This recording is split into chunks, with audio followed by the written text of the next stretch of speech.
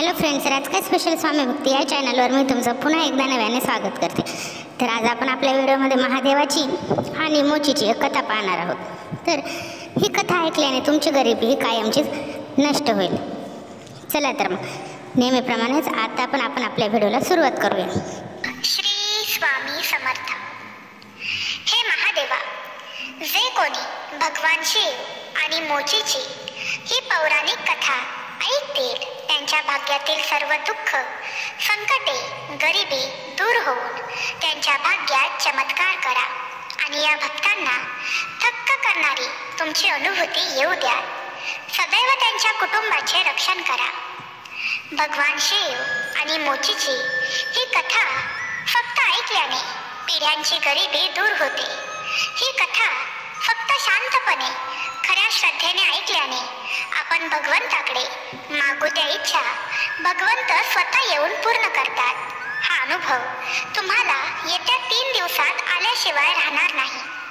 भगवान शिव आणि मोचीची ही कथा ऐकल्याने कितीही मोठे रोग, आजार, भीती, शत्रू, नेहमी रडवणारे दुःख सर्व काही दूर होऊन आपल्या घरी सुख समृद्धी येते. भगवान शिव साक्षात समोर येऊन आपल्याला दर्शन देणारी अनुभूती तुम्हा सर्वांना येईल. भगवान शिव आणि माता पार्वती तुमच्या सर्व इच्छा पूर्ण करो आणि तुमच्या आयुष्यातील सर्व दुःखे नष्ट करून तुमच्या भाग्यात सुख समृद्धी प्राप्त करो. हीच श्री स्वामी समर्थ भगवान महादेव आणि माता पार्वती यांच्या चरणी प्रार्थना. भगवान शिव आणि माता पार्वती यांचा आशीर्वाद प्राप्त करण्यासाठी आपल्या कमेंट बॉक्समध्ये हर हर महादेव टाईप करून हा व्हिडिओ लाईक करा आणि ही कथा तुमच्या संपर्कामध्ये 5 भक्तांना शेअर करा. तुम्हालाही पुण्य लागेल आणि तुमच्या सर्व इच्छा भगवान शिव पूर्ण करतील. तुम्हालाही चमत्कारी अनुभव आल्याशिवाय राहणार नाही. भक्तांनो, ही कथा तुम्ही ऐकत आहात तर शेवटपर्यंत ऐका, कारण अर्ध ज्ञान घेणं कधीही उपयोगाचे ठरत नाही. चला तर मग भगवान शिव आणि माता पार्वती व मोतीच्या या पौराणिक कथेला सुरुवात करूया. देव कोणाला देतो आणि कोणापासून हिरावून घेतो, ही कथा नीट समजून घेतली तर अनेक पिढ्या गरिबी दिसणार नाही. देव कोणाला देतो आणि कोणाकडून हिरावून घेतो. मित्रांनो, देवावर विश्वास ठेवणारे करोडो लोक आहेत, पण देव कुणावर विश्वास ठेवतो हे रहस्य या व्हिडिओमध्ये मी उलगडणार आहे. देवावर विश्वास ठेवल्याने, देवाची भक्ती केल्याने देव प्रसन्न होतो का? हा प्रश्न आपल्या सर्वांनाच कधी ना कधी पडला आहे. देवावर श्रद्धा ठेवून देव प्रसन्न होतो, तर तो आपल्यावर त्याच्या कृपेचा वर्षाव का करत नाही? देवाच्या कृपेपासून लोक का वंचित आहेत?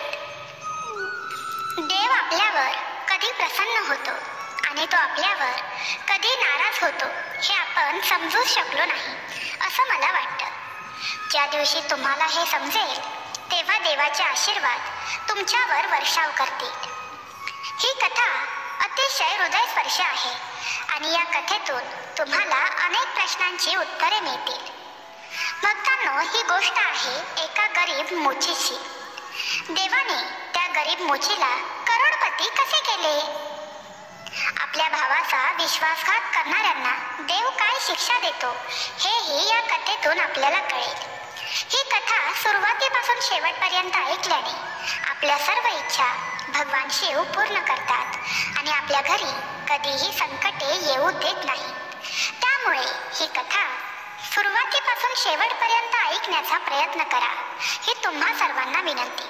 दुसऱ्याचा विश्वासघात करणे आणि स्वतःच्या भावाची फसवणूक करणे, त्यांच्याशी बेईमानी करणे, त्यांचा पैसा लुबाडणे हे जगातील सर्वात मोठे पाप द्वेषाच्या श्रेणीत येते असे म्हणतात. यासाठी देव सुद्धा त्याला कधीच माफ करत नाही. चला तर मग या मनाला भिडणाऱ्या आणि प्रेरणादायी कथेला सुरुवात करूया. एकेकाळी एका गावात मोची राहत होता.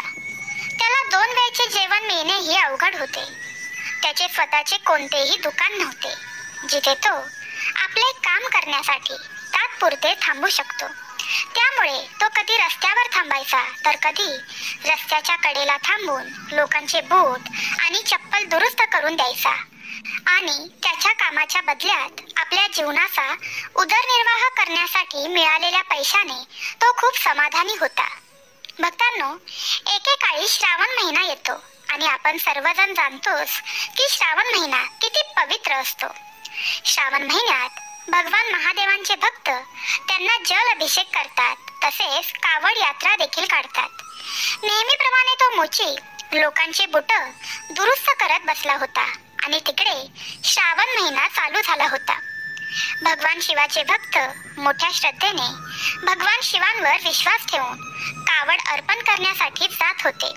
मोची लोकांच्या चपला बुट दुरुस्त करत बसला होता. तेव्हा त्याने भगवान शिवाच्या भक्तांना कावड घेऊन मंदिरात जाताना पाहिले. त्या लोकांना इतक्या आनंदात भक्तिभावाने मंदिरात जाताना पाहून त्याच्या मनातही आपणही भगवान शिवाला कावड घेऊन त्यांच्यावर जल अभिषेक करू ही भावना जागृत झाली. पण तो बिचारा ही गोष्ट मनातच ठेवून बसला. तो विचार करू लागला की माझ्याकडे कावड विकत घेण्यासाठी थोडेही पैसे नाहीत. मग मी कावड घेऊन भगवान शिवाच्या मंदिरात कसा जाऊ शकतो? पूर्ण दिवस जेव्हा मी मेहनत करतो तेव्हा कुठे एका रात्रीची भाकरी मला मिळते. इतकं दिवसभर मेहनत करूनही मी दोन्ही वेळेचं जेवण कमावू शकत नाही, तर मग मी भगवान शिवासाठी कावड कशी घेऊ शकतो? मनोमन हाच विचार करून तो उदास होतो. पण त्याच्या मनात भगवान शिवाची मोठ्या प्रमाणात भक्ती जागृत झालेली असते. त्याने हार कधीच मानली नाही. त्याने मनात विचार केला की मी भगवान शिवासाठी कावड घेऊन जल अभिषेक तर नक्कीच करणार, पण या वर्षी नाही. पुढच्या वर्षी मी त्यांना कावड घेऊन ती सजवून त्यांच्यावर जल अभिषेक नक्कीच करून येणार. त्या दिवसापासून तो त्याच्या कामात व्यस्तच झाला. पण त्याच्या मनात दिवसेंदिवस भगवान शिवाबद्दलची भक्ती जास्तीत जास्त प्रमाणात वाढत गेली. तो सतत भगवान शिवाचे नाव घेऊ लागला, त्यांचे ध्यान करू लागला. आता तो रोज सकाळ संध्याकाळ भगवान शिवाची पूजा देखील करत असे. दिवसभर त्याच्या मुखात फक्त आणि फक्त भगवान शिवाचेच नाव असायचे आणि भगवान शिवाचे नाव घेता घेता रोजच्या रोज तो आपले चप्पल बुट दुरुस्त करण्याचे काम रस्त्यावर कडेला बसून करत असे. एका दिवसाची गोष्ट आहे. मोची एक दिवस कुठेतरी कामानिमित्त बाहेर जात होता. तेव्हा रस्त्यात त्याला एका कुंभाराचे दुकान दिसले. कुंभार मातीची भांडी घडवत होता. तेव्हा मोचीची नजर तिथे ठेवलेल्या एका मातीने बनवलेल्या गल्ल्यावर बनते, ज्यामध्ये आपण पैसे साठवतो किंवा पैसे टाकतो. तो गल्ला बघून त्याच्या मनात विचार येतो की मी हा गल्ला माझ्या घरी घेऊन जातो आणि रोजच्या रोज माझ्या धंद्यातून जे काही कमाई होते त्यातून मी थोडेफार पैसे काढीन आणि ते पैसे मी गल्ल्यात टाकेन. 1 वर्षानंतर जितके पैसे या गल्ल्यासाठी जमा होतील त्या पैशातून मी माझ्या महादेवांसाठी कावड खरेदी करेन आणि त्यांना जल अर्पण करून त्यांना जल अभिषेक करेन. हा विचार करून तो खूप आनंदी होतो आणि कुंभाराला पैसे देऊन तो गल्ला विकत घेऊन आपल्या घरी जातो. भक्तांनो, तो मोची गल्ला घेऊन आपल्या घरी जाऊन आपल्या पत्नीच्या हातात देतो. तेव्हा ती पत्नी विचारते, मी या गल्ल्याचं काय करू? तेव्हा तो मोची आपल्या पत्नीला उत्तर देताना म्हणतो, माझी एक इच्छा आहे. तो आपल्या पत्नीला सांगू लागतो, आपण जे रोज पैसे कमावतो त्यातील थोडे पैसे रोजच्या रोज आपण या गल्ल्यात टाकायचे. 1 वर्षामध्ये या गल्ल्यात थोडेफार पैसे तर नक्कीच साठतील. मग त्या पैशातून आपण एक कावड तयार करून भगवान भोलेनाथांसाठी कावड अर्पण करायला त्यांच्या मंदिरात जाऊ. हे प्रिये, माझ्या मनात भगवान भोलेनाथांवर कावड चढवण्याची इच्छा प्रकट झाली आहे. मित्रांनो, मोचीची ही इच्छा ऐकून मोचीची पत्नी खूप आनंदी होते आणि त्याला म्हणू लागते, हे पियाजी, आजपासून या गल्ल्यात पैसे टाकण्यासाठी मीही तुम्हाला मदत करेन. मी जे काही पैसे कमावेन त्यातील थोडे पैसे मी या गल्ल्यात टाकत जाईन. मलाही भगवान भोलेनाथांवर कावड चढवण्याची मनोमन इच्छा जागृत झाली आहे. भक्तांनो, यानंतर तो मोची आणि त्याची पत्नी रोजच्या रोज अशा प्रकारे भगवान शिवाची पूजा करतात.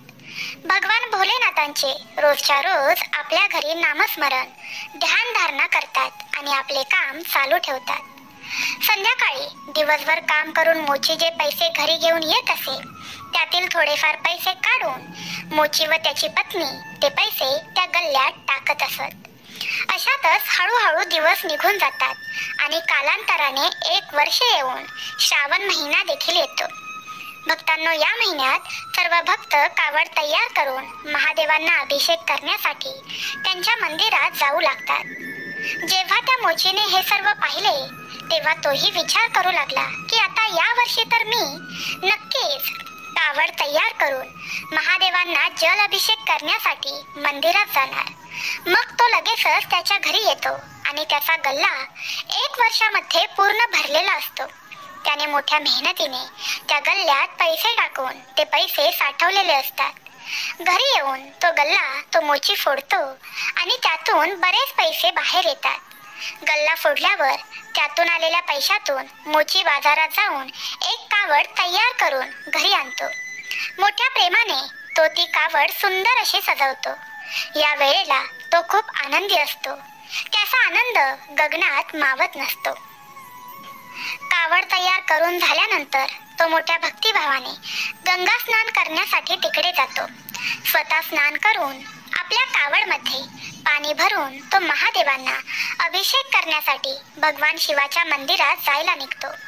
जाताना त्याच्या मुखात भगवान शिवाचे नाम असते. भगवान भोलेनाथांचे नामस्मरण करत करत तो चालत असतो. त्याने कावड आपल्या खांद्यावर ठेवलेली असते आणि मोठ्या श्रद्धेने, मोठ्या आनंदाने, भक्तिभावाने तो भगवान शिवाला भेटण्यासाठी निघालेला असतो. भक्तांना तिकडे भगवान शिव आणि माता पार्वती हे सर्व दृश्य पाहत बसले होते. म्हणतात ना, देवाच्या नजरेतून कोणीही वाचू शकत नाही. भक्तांनो, देव तर सर्वांनाच बघतात, पण काही लोकांना वाटतं की आपण कितीही वाईट काम करा, कितीही दृष्ट काम करा, आपल्याला कोण बघतंय का? ते लोक दुनियेला घाबरतात, पण या देवाला कोणीही घाबरत नाही. ते विसरून गेले आहेत की तो ईश्वर आपले प्रत्येक कर्म पाहत आहे आणि प्रत्येकाच्या कर्मानुसार प्रत्येकाला फळ मिळणार आहे. भक्तांनो, भगवान शिव आणि माता पार्वती मोचीचे ते सर्व दृश्य पाहत होते. तेव्हा माता पार्वती भगवान शिवांना म्हणतात, हे परमेश्वर, बघा तुमचा भक्त किती प्रेमळ आणि खऱ्या श्रद्धेने तुमची भक्ती करतो. आजच्या दिवसासाठी त्याने पूर्ण वर्षभर मेहनत करून कावड खरेदी करण्यासाठी तुम्हाला जल अभिषेक करण्यासाठी पैसे साठवले आहेत. मोठ्या विश्वासाने तो तुमच्याकडे चालत येत आहे. हे पाहून मला तर फार आनंद होत आहे. तेव्हा भगवान शिव माता पार्वती यांना म्हणतात, हे पार्वती, हे दृश्य मी देखील पाहत आहे. मोठ्या मेहनतीने 1 वर्ष पैसे साठवून माझा भक्त हे सर्व माझ्या प्रेमासाठी करत आहे. त्याने 1-1 पैसा जमा करून हे सर्व केले आहे. पण मला आता या भक्ताची परीक्षा घ्यावीशी वाटत आहे. मला पाहायचे आहे की माझा भक्त फक्त माझी खरी भक्ती करतो की खोटे खोटे नाटक करतो. मला पाहायचे आहे की माझा भक्त खरीच माझी श्रद्धा करतो की नाही, की इतर काही खोट्या लोकांप्रमाणे तोही खोटे नाटक करतो. यावर माता पार्वती म्हणतात, तुम्ही असे करू नका. हा बिचारा खूप गरीब आहे.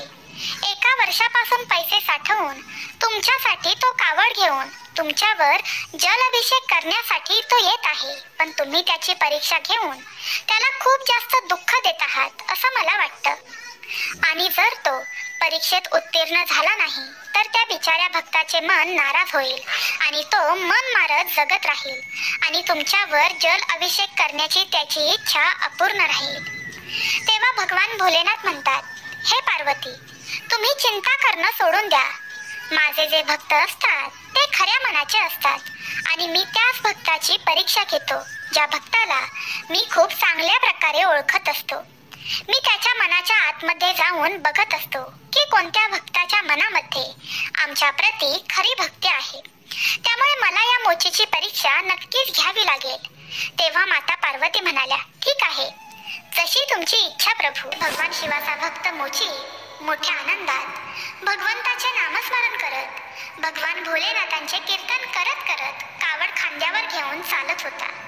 तेव्हा भगवान भोलेनाथ काय करतात तर त्या रस्त्यावरून भगवान भोलेनाथांचे भक्त कावड खांद्यावर घेऊन जात होते. त्याच रस्त्यावर एका म्हाताऱ्या व्यक्तीचे रूप धारण करून एका रस्त्याच्या कडेला बसतात जिथून कावड यात्रा जात होती. मग पुढे भोले बाबा त्या रस्त्यावरून कावड खांद्यावर घेऊन जाणाऱ्या प्रत्येक भक्ताकडे पाणी पिण्यासाठी मागण्यास सुरुवात करतात की हे बाळा, मला थोडे पाणी पाजव. मी पाण्याच्या तहानेने वेडा झालो आहे. पाण्यासाठी कदाचित माझा जीव जाऊ शकतो. त्यामुळे थोडे पाणी तू माझ्या मुखामध्ये टाक. कृपया थोडे पाणी मला देऊन तुम्ही माझा जीव वाचवा, असे भोले बाबा बोलत असतात. तेव्हा खांद्यावर कावड घेऊन जाणारे ते भक्त बोलू लागतात की हा कोणता वेडा म्हातारा इथे बसला आहे. आम्ही भगवान शिवाला जल अभिषेक करण्यासाठी इथून जात आहोत आणि हा आम्हाला अडवून आमच्याकडे पिण्यासाठी पाणी मागत आहे. आता आम्ही भगवान शिवाचे पाणी याला कसे देऊ? असे बोलून काही भक्त रागारागात बडबड करून तिथून निघून जात असतात. हा म्हातारा मेला तर मरू देत, याचा आम्हाला काय फरक पडणार नाही, पण आम्ही भगवान शिवाला कावड खांद्यावर घेऊन जल अभिषेक करण्यासाठी इथून निघून जातो. हे पाणी आम्ही या म्हाताऱ्याला पाजवून आम्ही आमची यात्रा रद्द करू शकत नाही. भक्तांनो, त्या रस्त्यावरून जाणाऱ्या प्रत्येक शिवभक्ताला म्हाताऱ्या बाबांचा वेश धारण करून बसलेले भगवान महादेव पाणी विचारतात. त्यांना पाणी देण्याची विनंती करतात, पण एकही श्रद्धाळू भक्त त्या बाबांना म्हणजेच महादेवांना पाणी देत नाही. भक्तांनो, माता पार्वती देखील हे सर्व दृश्य पाहत असतात. त्या बघतात की इतके सर्व भक्त आहेत, पण कोणीही माझ्या स्वामींना थोडे पाणीही देऊ शकत नाहीये. हे असे कसे शक्य आहे? एका मनुष्याचे दुःख कुणाला समजत नसेल. तेवढ्यात तिथूनच भगवंताचे नाम घेत भगवान शिवाचे ध्यानधारणा करत तो मोची तिथे येतो आणि मग त्या म्हाताऱ्या व्यक्तीचे रूप धारण केलेले महादेव त्या मोचीला अडवून म्हणतात, हे बाळा, मला खूप तहान लागली आहे. पाण्यासाठी माझा जीव व्याकुळ झाला आहे. तू मला थोडेसे पाणी पाजशील? तुझ्या थोड्याशा पाण्याने माझा जीव वाचू शकतो. अरे बाळा, कावड खांद्यावर घेऊन जाणाऱ्या प्रत्येक भक्ताला मी मला पाणी पाजण्याची विनंती केली, पण एकाही भक्ताने मला पाणी दिले नाही. उलट मला 4 शब्द सुनावून निघून गेले. भगवान भोलेनाथांचे भक्त असे असतात का? पण बाळा, मला तू पाणी पाजून माझा जीव वाचवावा अशी माझी इच्छा आहे. कृपया मला पाणी पाजवून माझा जीव वाचव, अशी विनंती म्हाताऱ्या वृद्धाचे रूप धारण केलेले महादेव त्या मोचीला करू लागतात. ज्या कावडमधून तू हे पाणी घेऊन जात आहेस, ज्या महादेवांना तू भेटायला जात आहेस, त्यातीलच पाणी तू मला पाज, असं ते म्हातारे बाबा बोलू लागले. म्हाताऱ्या बाबांचे हे म्हणणे ऐकून तो मोची पूर्णपणे विचारात जातो. तो मनात विचार करू लागतो की हे बाबा किती दिवसापासून तहानलेले आहेत काय माहिती. माझ्या पाण्याची खरी गरज यांना आहे, म्हणूनच ते माझ्याकडे पाणी मागत आहे. मी पाणी यांना नक्कीच देईन, पण हे पाणी मी भगवान भोलेनाथांवर अभिषेक करण्यासाठी घेऊन जात आहे. पूर्ण 1 वर्ष मोठ्या मेहनतीने महादेवांवर जल अभिषेक करण्यासाठी मी पैसे साठवले होते. तेव्हा कुठे ही कावड सजली होती.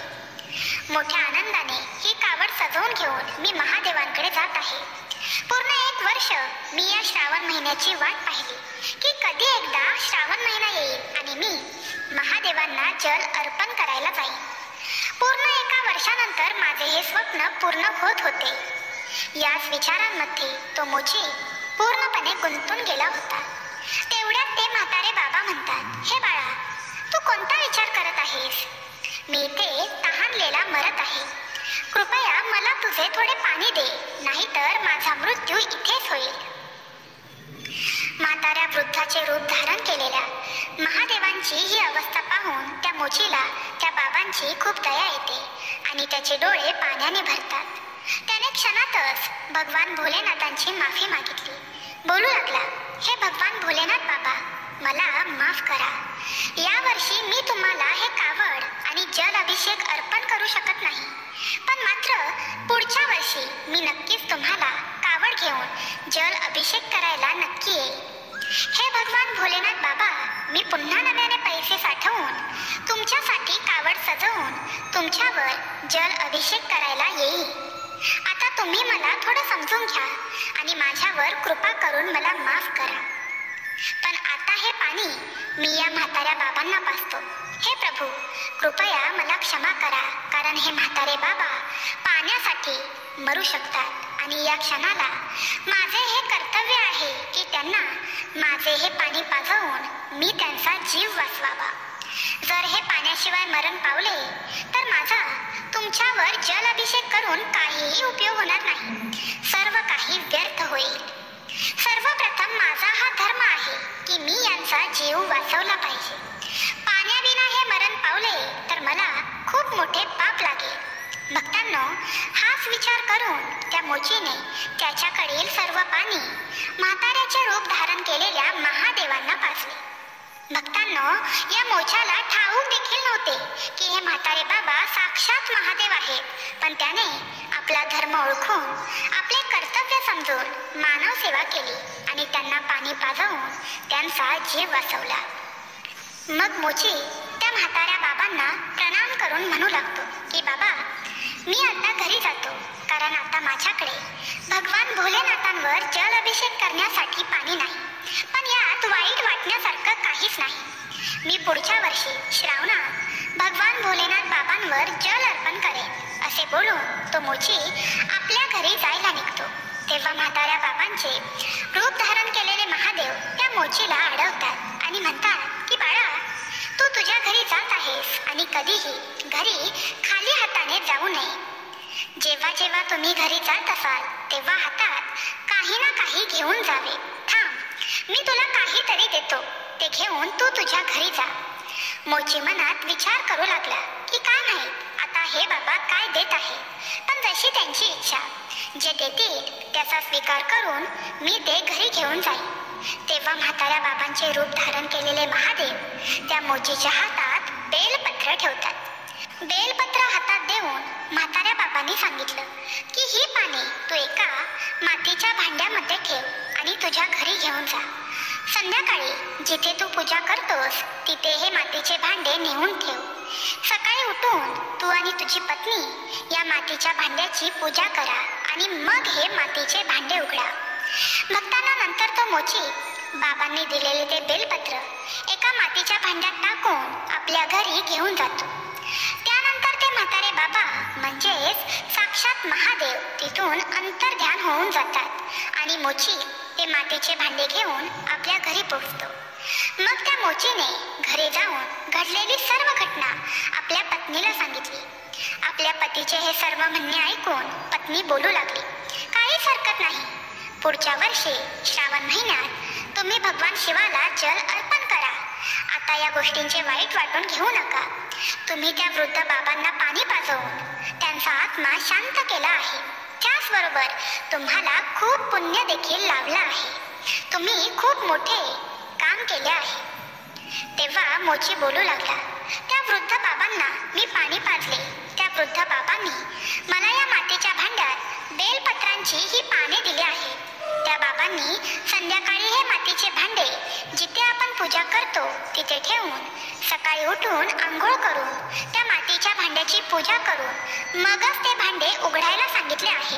याच प्रकारे तू देखील तसेच कर, असे पत्नीला मोचीने सांगितले.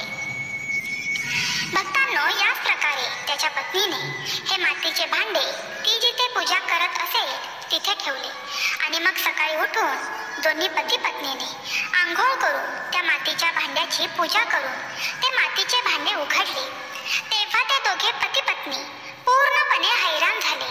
ते पूर्ण मातीचे भांडे सुवर्ण मुद्रांनी भरलेले होते. त्या मातीच्या भांड्यामध्ये पूर्णपणे सोने जमलेले होते.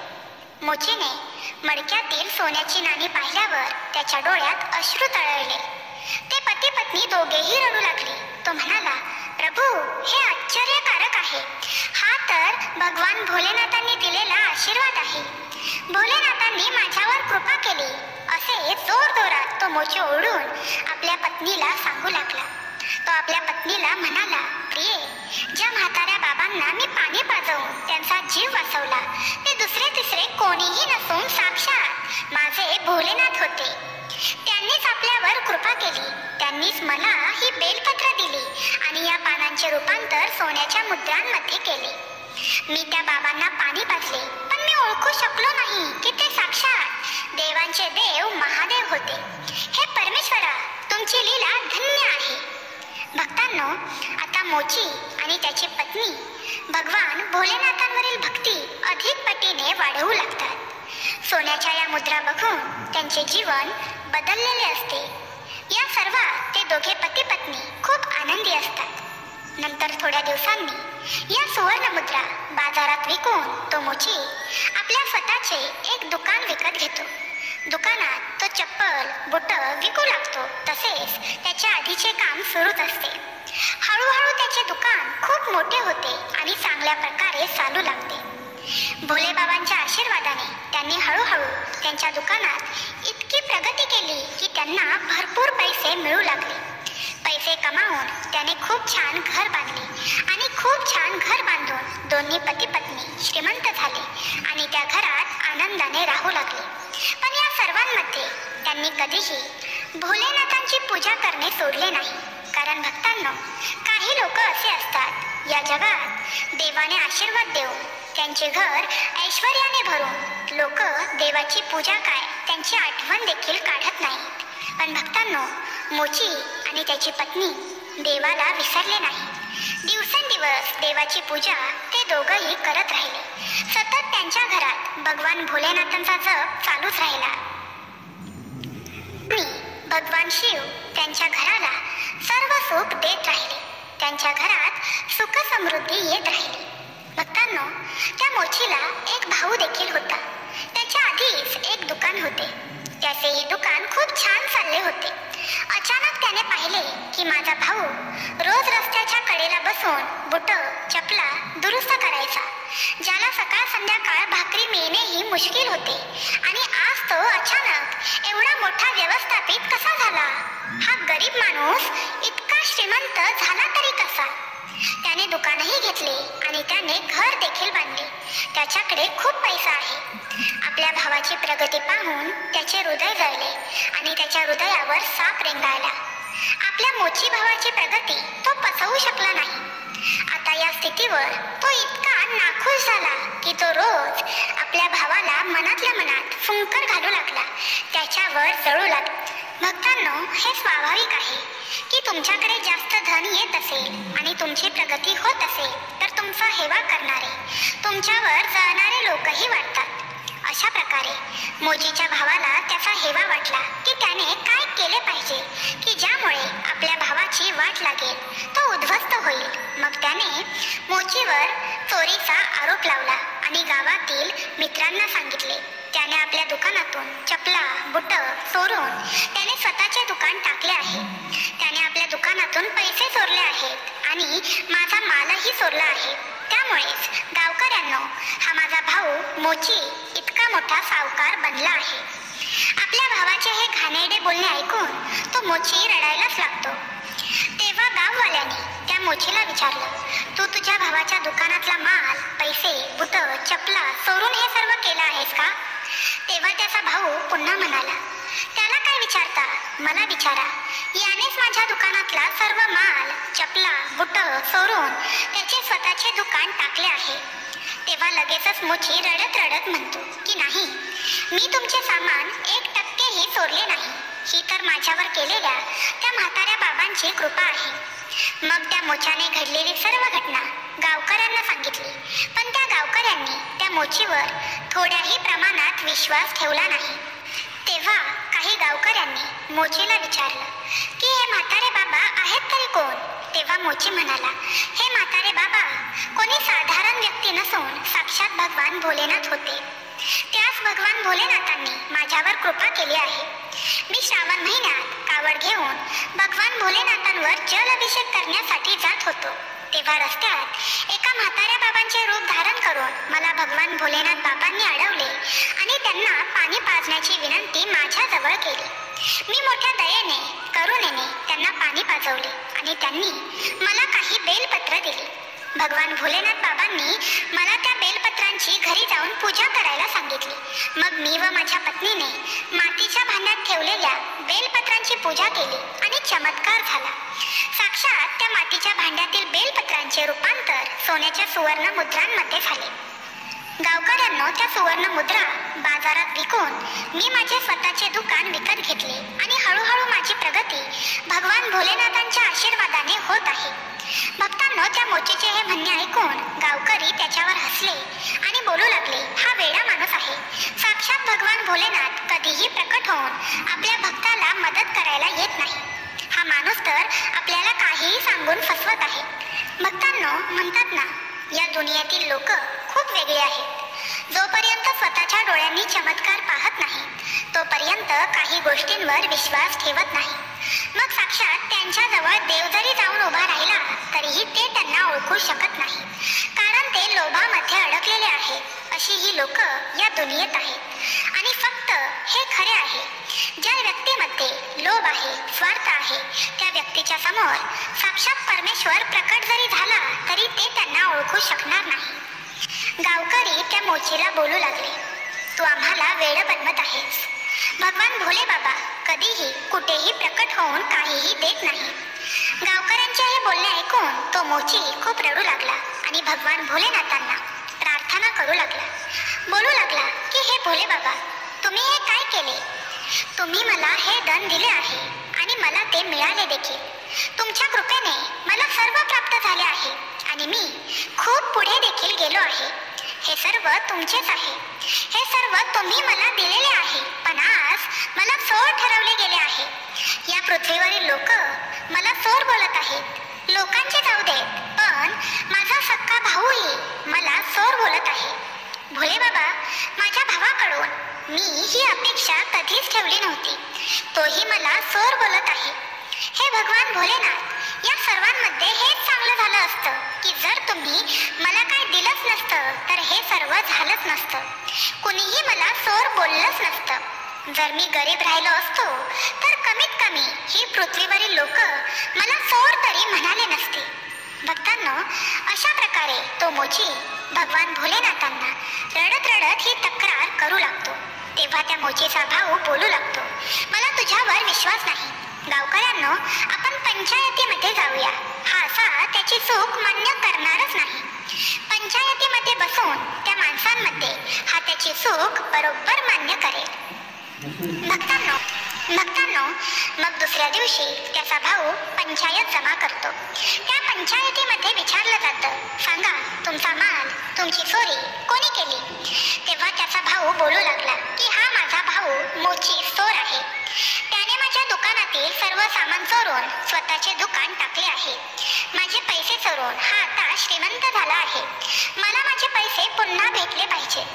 हा माझा भाऊ नाही तर भावाच्या नावावर कलंक आहे. मला माहीतच नव्हतं की हा इतका मोठा चोर आहे की याने माझ्या दुकानातील सर्व सामान चोरी करून स्वतःचे नवीन दुकान उभे केले आहे. मग पंचायतीमधील माणसांनी मोचीला विचारले, तुझा भाऊ जे बोलत आहे ते खरे आहे का? तेव्हा मोची म्हणतो, हे पंच परमेश्वर, मी तुम्हाला परमेश्वर म्हणून सांगतो की माझा भाऊ जे सांगत आहे ते सर्व खोटे आहे. मी याच्या दुकानातील कोणताच माल चोरला नाही. कोणतेही सामान मी त्याचे घेतले नाही. माझ्यावर तर भगवान भोलेनाथांनी कृपा केली आहे. आमच्याकडे जे काही आहे ते भगवान शिवाच्या कृपेने प्राप्त झाले आहे.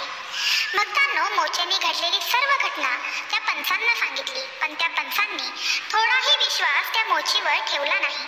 ते पण उलट प्रश्न मोचीला विचारू लागले आणि आता तू आम्हाला वेड बनवत आहेस का असं बोलू लागले. भोलेनाथ कधीच साक्षात प्रकट होऊन कुणालाही मदत करायला येऊ शकत नाहीत असे बोलू लागले. ते मोचीला म्हणाले, तू खोटं बोलत आहेस, तू आम्हाला फसवत आहेस. तेव्हा तो मोची बोलला, हे पंचपरमेश्वर, खरंच मी खोटे बोलत नाही आहे. माझ्यावर भगवान शिवांनी कृपा केली आहे. हे सर्व त्यांच्या आशीर्वादाने मला प्राप्त झाले आहे. त्यांनीच माझ्या भाग्यात हा चमत्कार केला आहे. आता या पंसांनी देखील त्या मोचीवर अविश्वास दाखवला हे पाहून त्याला खूप वाईट वाटले आणि तो जोरजोरात रडून भगवान महादेवांना हाका मारू लागला. त्यांना प्रार्थना करू लागला, हे भगवंता, मी आज असा कसा फसलो? माझा भाऊच मला फसवत आहे. कृपया माझ्या संकटात धावून या, माझे रक्षण करा. मी आज खूप मोठा चोर बनलो आहे. हे प्रभू, आजच्या या संकटातून तूच मला वाचवू शकतोस. या सर्वातून तूच मला बाहेर काढू शकतोस. भक्तांनो, तो मोची जोरजोरात रडत आपल्या भगवंताला हाका मारत असतो आणि मग साक्षात देवांचे देव महादेव तिथे प्रकट होतात आणि रागारागात बोलू लागतात, हे दुष्ट लोकांनो, तुम्ही माझ्या निर्दोष भक्ताला का त्रास देत आहात? या मोचीने काहीही सोडले नाही, त्याने कोणाचा 1 रुपयाही घेतलेला नाही. त्याच्याकडे जे काही सर्व आहे ते सर्व मी त्याला दिले आहे. आम्ही त्याच्यावर प्रकट होऊन कृपा केली आहे. तो निर्दोष आहे. भक्तांनो, साक्षात भगवान शिवांना प्रकट झालेलं पाहून तिथे जमलेले सर्व गावकरी भगवान शिवाच्या समोर नतमस्तक होतात आणि भगवान भोलेनाथांना म्हणू लागतात, हे परमेश्वरा, आम्हाला माफ करा. आमची खूप मोठी चुकी झाली. खरंच आम्हाला क्षमा करा. तेव्हा भगवान भोलेनाथ म्हणतात, या सर्वात याचा भाऊ सर्वात मोठा पापी आहे. त्याच्या भावालाच आपल्या झालेल्या भावाची प्रगती बघवली नाही, म्हणून त्याने या मोचीसोबत असे वागले आहे. आपल्या भावाची झालेली प्रगती त्याला सहन झाली नाही, म्हणून तो असा वागत आहे. या मोचीचा भाऊ इतका श्रीमंत असूनही त्याने कधीही आपल्या भावाला विचारले नाही की तुझे दुःख काय आहे, तुला कशाची कमी पडत आहे. सर्वात मोठा दुष्ट, सर्वात मोठा स्वार्थी या मोचीचा भाऊ आहे. यानेच याच्या भावाची कधीही काळजी घेतली नाही किंवा कधीही कोणतीही गोष्ट त्याला विचारली नाही. आणि माझ्या या भक्ताला सर्व प्राप्त करून मी दिले तर तो माझ्या भक्तावर चोरीचा आरोप करत आहे. आमचा भक्त कधीही चोर बनू शकत नाही. आता मी तुम्हा सर्वांना सोडणार नाही, असे भगवान भोलेनाथ बोलू लागले. माझ्या भक्ताला सतावणाऱ्यांना मी शिक्षा करत राहणार. परमेश्वराच्या मुखातून हे शब्द ऐकून तिथे जमलेली लोक नतमस्तक होऊन जोरजोरात रडू लागली, माफी मागू लागली, बोलू लागली, हे प्रभू, आम्हाला माफ करा. आमच्याकडून खूप मोठी चुकी झाली. आम्हाला तुमची लीला समजू शकली नाही. सर्वांनी क्षमा मागितली आणि त्यानंतर रागात असलेले भोलेनाथ आपल्या भक्ताकडे खूप प्रेमाने बघू लागले आणि त्या मोचीला बोलू लागले, हे भक्त, मी तुमच्यावर खूप प्रसन्न झालो आहे. तुम्ही तुम्हाला हवे ते वरदान मागा, ते तुम्हाला प्राप्त होईल. भक्तांनो, मोची म्हणतो, हे परमेश्वरा, सर्वप्रथम तुम्ही या सर्व लोकांना माफ करा, कारण या लोकांना काय झाले आहे हेच माहीत नव्हते. आणि जर तुम्हाला मला वरदानच द्यायचे असेल तर मी तुमच्याकडे हे वरदान मागतो की जोपर्यंत मी या जगात जिवंत आहे तोपर्यंत तुमचे नाम मी जपत राहो.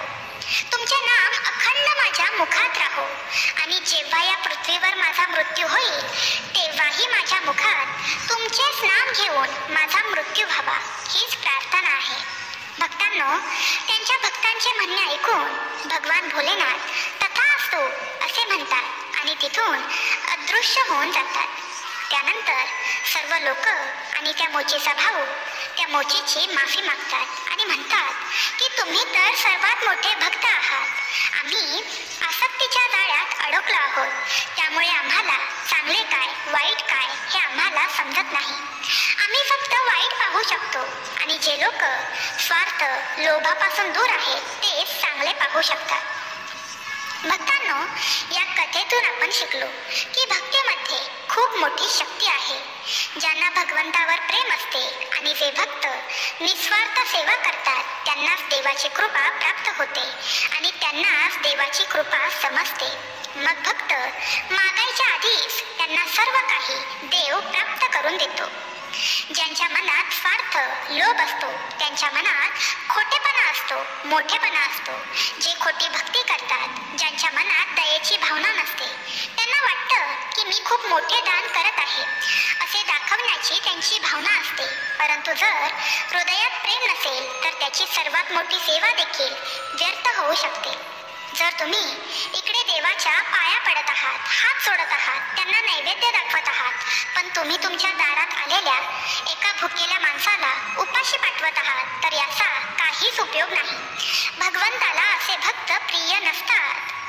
देवाच्या मंदिरात देणगी दिली, आम्हाला मोठे मोठे नैवेद्य दाखवले किंवा खूप मोठेपणा करून आम्ही प्रसन्न होत नाही.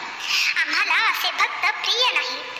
भगवंताला तेच भक्त प्रिय असतात जे समाजातील मनुष्याची, जीवांची, मुक्या जनावरांची मदत करतात, दुसऱ्यांचा विचार करतात, कोणाला दुखावत नाही, जे इतरांना दया करुणा दाखवतात, त्यांच्यावर देव मोठ्या प्रमाणात कृपा करतात.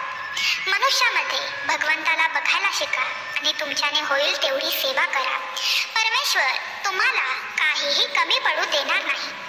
तुम्ही देवाच्या समोर मोठे मोठे नैवेद्य ठेवता, रोजच्या रोज मंदिरात जाता, पण जर तुमच्या प्रती इतरांबद्दल करुणाच नसेल, त्यांच्याबद्दल तुम्हाला दयाच वाटत नसेल, तर असे भक्त देवाला आवडत नाही. जर तुम्ही इकडे देवाच्या पाया पडताय आणि तिकडे जाऊन सर्वांचा अपमान करताय, तुमच्या घरातील व्यक्तींचा अपमान करताय, तर तुमचं हे वागणं देवाला आवडणार नाही.